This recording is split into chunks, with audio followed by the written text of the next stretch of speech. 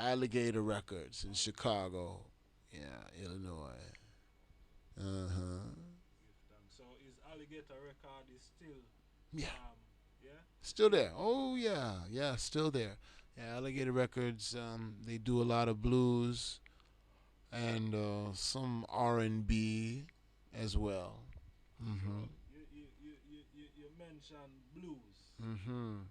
And I mean, can you explain to any new listeners right Mhm. now, Mhm. you know, to even the music that we were playing earlier, Mhm. what this music is all about?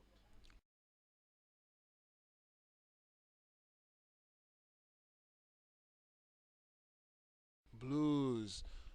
Blues is a book of life. So everything that happens in life, you can express it through the blues.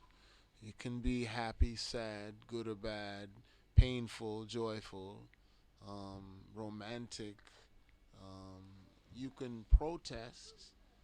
You can praise in blues.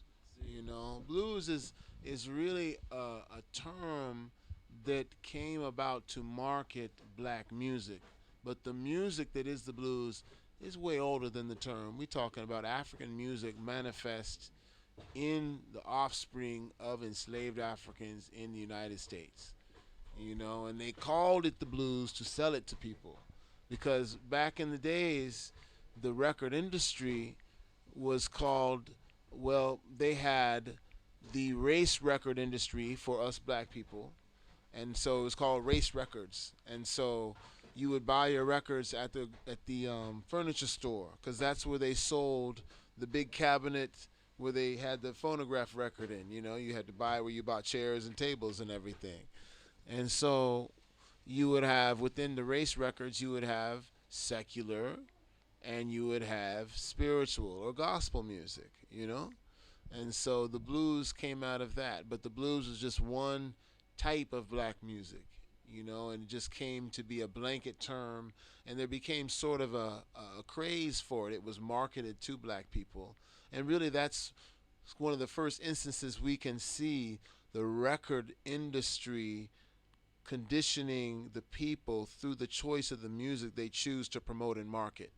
Okay. You know, because if you were singing blues, it had to be the low down, dirty blues. I killed my woman. I got drunk. You know, So in other words, is more the derogatory side of the music or the derogatory content.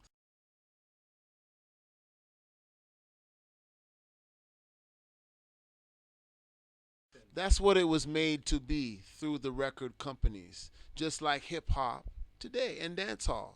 They do the same thing.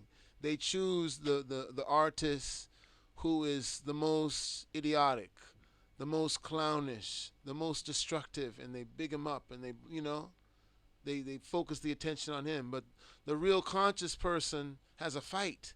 Yeah, never get to see the light. Yeah, they're underground, they get the respect, but yeah, it's a fight.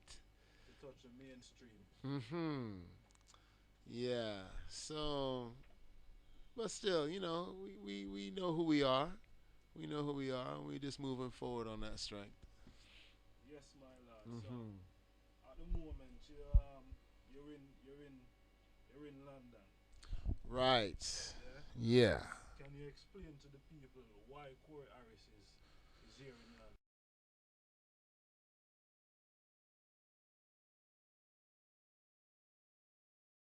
Well, the reason I'm here in London is to play some shows with my band, the Corey Harris Band, and then I'm here to promote the book Jatigi, The Life and Music of Ali Farka Toure, and that's someone who has had a profound influence on my musical expression, on my artistry, on the guitar, and how I sing and everything. Someone I worked with in 2001. We did a documentary film together that was directed by a man named Martin Scorsese. And then we did in 2002, we did a record together called Mississippi to Mali that came out on Round Records. And so he's someone who, if you meet the man, he has a deep knowledge of African history and African culture and the music, and he's someone who really, an African born in Africa, who realizes and acknowledges us as being from the same tree, because not everyone does, you know. Yeah, yeah. Kind of find that still. Yeah. Say, a lot of our brothers and sisters Yeah. embrace us in the way Right. them supposed to embrace us. Right, right. You know what I mean? Yeah, Us in the diaspora yeah. that have been through such a great struggle. Mm-hmm. You know what I mean? And to get to where we are today, you know, we should be probably commended for such. You know what I mean?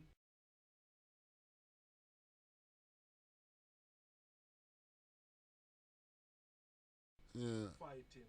yeah. You know what I mean? To get where we are. But I see that as I said, you know, it was one of the only man who Mm-hmm. really stand up Mm-hmm. for the diaspora and then Mm. you know and tell them that yes you are one of us, we Mm-hmm. are the same, we are you know you of the same bloodline, Yes.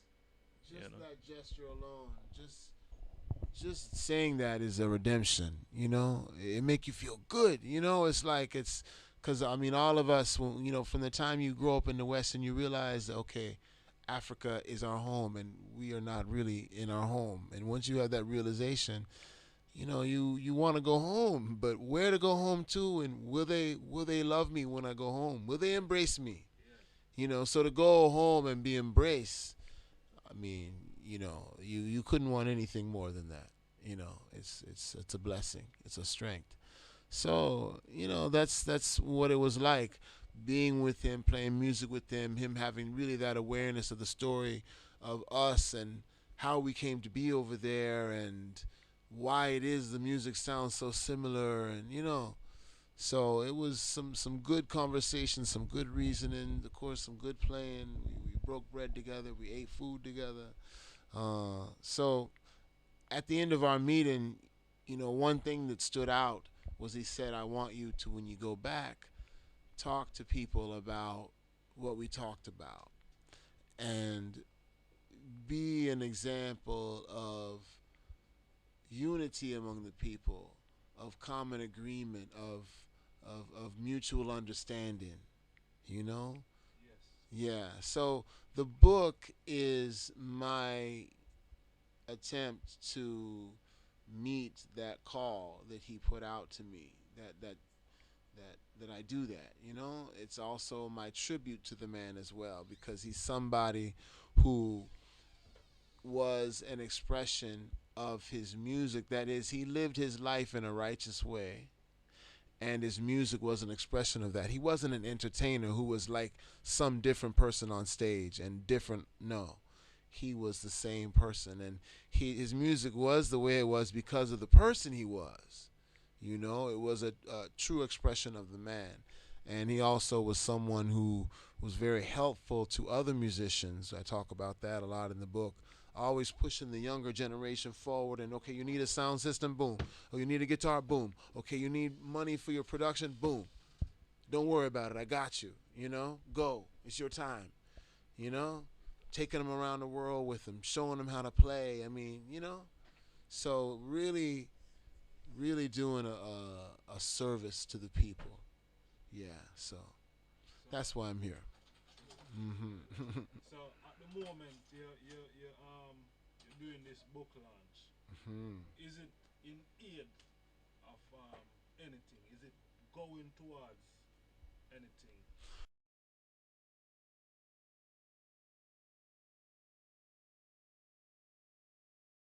Well, right now, what I'm doing is raising money. I've been doing this for a while. There's an organization called A Child for All, and they're an orphanage in Bamako. Yes. So I that's the charity that I promote right now. So you know, I've pledged to give them some money from the proceeds of the book. So that's what I'll be doing. And other than that, um, the proceeds will be helping me so I can go forward and write another book. So I can fund the next project. So So, the orphanage. yeah.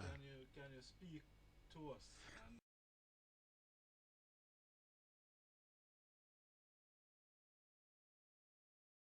And Yeah. let we know Okay. about Okay. the progress Okay. that's taking place with it. Okay. Well, it's a childforall.org, and you can find them on the internet. It's run by a sister who is from Mali, and she actually uses the house that she's in. Well, the house that she was born and raised in. She actually lives in America, but she uses the house she was born and raised in for the orphanage. And when I was there 3 years ago, she had 16 children, 8 boys and 8 girls in there, and had them doing all the academic subjects, as well as karate, basketball, so they're well looked after, and they also send you, um, letters of thank you and artwork and things like that. So you get an idea for what they're doing. They have a very easy to navigate website so you can see what they've been doing, so So, what type of, how far does the age group goes to?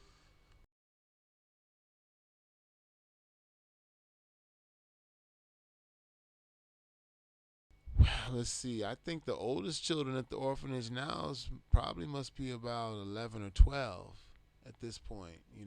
When I was there, the oldest ones weren't older than like 8 or 9. So it's been a few years. So I'm not sure how old. I mean, I don't think these children have anywhere to go. So I presume they're going to be there until they're old enough to leave. Yeah. So, some of these children, what type of background are these children from? Well, I mean,